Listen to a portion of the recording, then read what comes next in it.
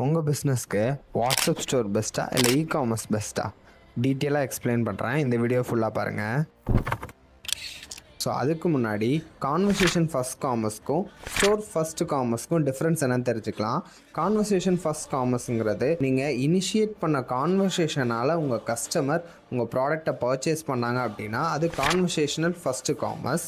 அதே மாதிரி உங்கள் வெப்சைட் இல்லைனா உங்கள் ஆப்பை விசிட் பண்ணி உங்கள் ப்ராடக்டை பர்ச்சேஸ் பண்ணாங்க அப்படின்னா அது ஸ்டோர் ஃபஸ்ட்டு காமர்ஸ். அதாவது WhatsApp store conversation first commerce, அதே மாதிரி e-commerce website store first commerce. உங்கள் வாட்ஸ்அப் ஸ்டோர் மூலயமா நீங்கள் கான்வர்சேஷன் பில்ட் பண்ணுறதுனால உங்கள் கஸ்டமரை டேரெக்டாக பிஸ்னஸோடு இன்ட்ராக்ட் பண்ணி வைக்க முடியும். பட் இ-காமர்ஸ் வெப்சைட்டில் ப்ராடக்டை பர்ச்சேஸ் பண்ணுறதுக்கு செப்பரேட் ஜேர்னியாகவே இருக்குது. ஃபைனலி நீங்கள் இப்போ தான் உங்கள் பிஸ்னஸ் ஜேர்னியை நியூவாக ஸ்டார்ட் பண்ணுறீங்க அப்படின்னா லோ பட்ஜெட்டில் வாட்ஸ்அப் ஸ்டோர் பில்ட் பண்ணுறது பெட்டர் ஆப்ஷனாக இருக்கும்.